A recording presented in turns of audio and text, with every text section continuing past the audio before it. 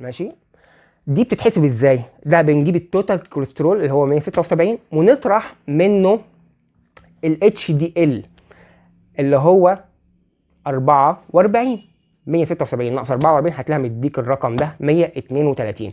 والنون اتش ده بيجيب لك توتال الدهون الضاره، الدهون السيئه.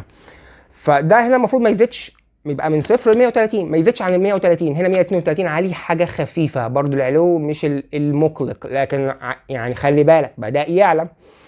نيجي بقى لل HDL ريسك فاكتور. الريسك فاكتور ده يا جماعه انت بتقسم الكوليسترول، التوتال كوليسترول على ال HDL. جرب كده اقسم ال 176 على ال 44 هيديك الرقم اللي هو 4. طيب معنى الارقام دي ايه؟ انت عندك اللي هو الميلد ريسك والمودريت ريسك والهاي ريسك. الرقم ده انا طلع لي 4 كده، انت في الامان، انت ما عندكش اي مشكله، ما عندكش ريسك بامراض القلب والشرايين. لكن لو انت من 4.4 ل 7.1 كده انت ايه؟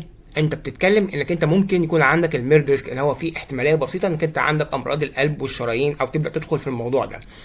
من 7.1 لحد 11 كده يبقى انت ايه؟ عندك المودريت، يبقى هي متوسط، الاحتماليه بتبقى متوسطه انك تدخل في المشاكل دي. ماشي. لو عديت ال 11 او 11 فما اكتر، لا يبقى انت كده عندك الاحتماليه دي بتبقى عاليه قوي. فخلي بالك ان ده نتيجه التحاليل دي كلها. ماشي. وده مؤشر بيقول لك انك انت مدى خطوره الاصابه بامراض القلب شكلها ايه. طيب السؤال الاهم يا دكتور، تحاليل الدهون دي بتقيس ايه؟ تحاليل الدهون دي يا جماعه بتقيس الدهون اللي في الدم، ما بتقيسش الدهون المترسبه على الشرايين. وبالتالي التحليل ده مؤشر حلو عشان يقول لي انا دلوقتي ماشي حلو ولا لا، انا دلوقتي طبيعه اكلي وعاداتي الغذائيه صحيه ولا لا، الكلام ده دلوقتي.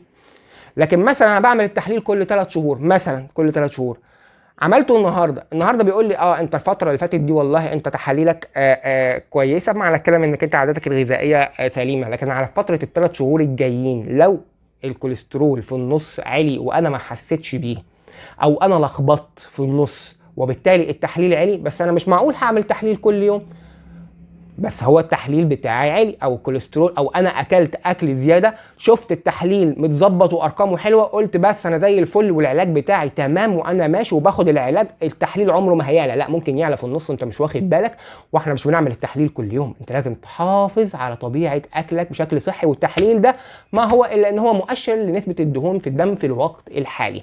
لكن لو التحاليل دي عليت وانت مش واخد بالك او ما عرفتش، معنى الكلام ايه؟ الدهون دي هتروح فين؟ الدهون دي بتبدا ترسب على الشرايين من جوه، وهنا المشكله. يبقى الاجابه على السؤال يا دكتور هل التحاليل دي لو كويسه انا باخد الدواء بتاعي بانتظام يبقى انا كده صحه قلبي وشراييني كويسه؟ لا مش شرط يا جماعه. تحاليلك كويسه عشان انت ماشي على عادات غذائيه كويسه في الوقت الحالي، لكن بالنسبه للي فات وبالنسبه للي جاي وبالنسبه لو انت ما ظبطتش اكلك، الدهون هتروح فين؟ الدهون هترسب على الشرايين. خلونا دلوقتي اشرح لكم الدهون بترسب على الشرايين ازاي، وايه المشاكل اللي ممكن تحصل بعد ما شرحنا تحليل الدهون بشكل وافي كافي. لو عندك اي سؤال في الحته دي اكتبوا لي في التعليقات تحت. بصوا يا جماعه، ده عندي انا شكل الشريان او اي وعاء دموي في جسمك من جوه. ده الشكل الطبيعي، ده الشكل بالعرض. لو بصيت عليه من العرض كده هتلاقوا الدم ماشي فيه، والكومبوننتس بتاعته بقى والدهون اللي هي اتش دي ال والال دي ال ماشيين في الدم عادي، والكوليسترول وكل حاجه وادويتك وفيتاميناتك وكل عناصرك الغذائيه ماشيه في الاوعيه الدمويه. ده لو انت عملت قطعت هو بنسميه قطاع طولي، وده القطاع العرضي. بصوا يا جماعه سليم. وخلي بالكم يا جماعه ان الشرايين بتاعتنا بتتمتع بالخاصيه المطاطيه. يعني ايه؟ يعني كل ما الدم يمشي فيه لازم يبقى الشريان بتاعي بيوسع ويضيق، يوسع ويضيق، يوسع ويضيق. طيب لما الكوليسترول بيزيد في الدم بيروح فين؟ شايفين يا جماعه المنظر في الصوره اللي من تحت دي؟ الكوليسترول بيبدا يرسب على الشرايين من جوه. شايفين ازاي بيبدا يرسب على الشرايين من جوه؟ انا بس عايز اوريكم كمان صوره تانية توضح لكم الدنيا اكتر كده يا جماعه. شايفين الشريان من جوه شكله ايه؟ وكل ما الكوليسترول بيزيد كل ما بيرسب على الشريان من جوه، ماشي، بيرسب لحد ما يبدا يضيق يضيق يضيق. طيب خلي بالكم ان لما الكوليسترول بيبدا يرسب على الشرايين من جوه بيعمل حاجه اسمها بلاك. دي طبقه بلاك، دي هي اسمها حرفيا بلاك، بالانجليزي كمان اسمها بلاك. الطبقه دي بتقلل من مطاطيه الشريان، وبالتالي لما الكوليسترول بيعلى بيرسب، فبيقلل من مطاطيه الشريان، بيزود الضغط، او بمعنى اصح بيمنع كمان الاستجابه لادويه الضغط بسهوله. وده اللي بنسميه الاسيروسكليروزس، اللي هو التصلب الشرايين. بيحصل تصلب في الشرايين، فبتبدا الشرايين تضيق حبه حبه زي ما احنا شايفين بالمنظر ده، وبيقلل مطاطيه الشرايين، وبالتالي بيقلل الاستجابه لادويه الضغط. وبالتالي الكوليسترول لما بيعلى هو والدهون الثلاثيه بيأثر بشكل مباشر على مرضى الضغط، وبيرفع الضغط، وممكن ما تلاقيش استجابه. طيب نيجي بقى للصوره دي كمان. زي ما انتم شايفين الدم ماشي بشكل طبيعي، الكوليسترول بدأ يتراكم مع مرور الوقت. الكوليسترول بيتراكم، بدأ يضيق الشريان حبه حبه، قام قفل الشريان بتاعك. هنا هتبدأ يحصل اوبستراكشن او انسداد في الشريان. ده طبعا هيسبب ان الجزء اللي بعد الجزء اللي بعده ده مش واصل له الدم والتغذيه بشكل كافي، فبالتالي هتبدأ تحصل مشاكل في عضله القلب. وهنا بقى بنبدا نتكلم في دعامات ومش دعامات، وعمليه جراحيه وعمليه تسليك وخلافه. طبعا الكلام ده تخصص دكتور القلب، احنا مش هنتكلم فيه. ولكن هيحصل ايه لو حته من دي بدات تفك وتقع وتمشي مع الدم؟ هحاول ادور لكم على صوره تانية. بصوا يا جماعه، ده الدم ماشي بشكل طبيعي، وعند الحته دي في شويه انسداد نتيجه للكوليسترول، وبالتالي الدم اللي ماشي وراه بيبدا يحصل ان هو يقف، فبالتالي بتبدا تتكون الجلطه في الحته دي. ولكن ممكن حته صغيره زي اللي احنا شايفينها دي يا جماعه، حته صغيره من دي تنفصل عن الكوليسترول، وتبدا تعوم وتمشي مع الدم لحد ما تروح لحد شريان صغير اصغر من ده وارفع منه، تقوم محشوره وبرده عامله جلطه في مكان تاني. اذا الكوليسترول والدهون الثلاثيه على المدى البعيد، او انت مش مظبط طبيعه اكلك، وناخد بالنا يا جماعه طبيعه الاكل غير التحاليل. التحاليل مؤشر جيد وكويس طبيعه اكلك، ولكن مش معنى ان الارقام كويسه يبقى نبدا نعك ونلخبط من اول وجديد. لو انت مش مظبط ده هياثر بشكل مباشر على لا قدر الله ممكن يسبب جلطات، لا قدر الله ممكن يسبب ضغط وعدم استجابه لادويه الضغط. ناخد بالنا يا جماعه ان عمليه الاسيروسكليروزس او عمليه ترسيب الكوليسترول على الشرايين اللي من جوه دي عمليه irreversible، يعني عمليه ما بترجعش مره تاني. يعني دلوقتي على المدى البعيد حصل ترسيب للشرايين، ترسيب للكوليسترول، وعمل بلاك على الشرايين من جوه، قلل المطاطيه، عمل انسداد او عمل تضييق في الشرايين. الموضوع ده مش زي ما الناس معتقده شويه بقدونس مغليين على فصين توم على زيت زيتون فالكلام ده كله هيدوب وهيدوب الدهون اللي في الشرايين وهيرجع. الكلام ده غلط جدا.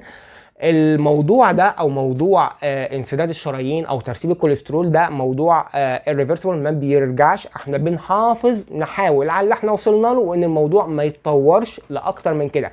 فمفيش بديل غير انك تحافظ على عاداتك الغذائيه بشكل سليم وتاكل اكل صحي. ناخد بالنا من موضوع الاكل الصحي، نتجنب الدهون اللي هي بنسميها ساتوريتد فاتس اللي هي الدهون المشبعه، او الترانس فاتس اللي هي الدهون المتحوله.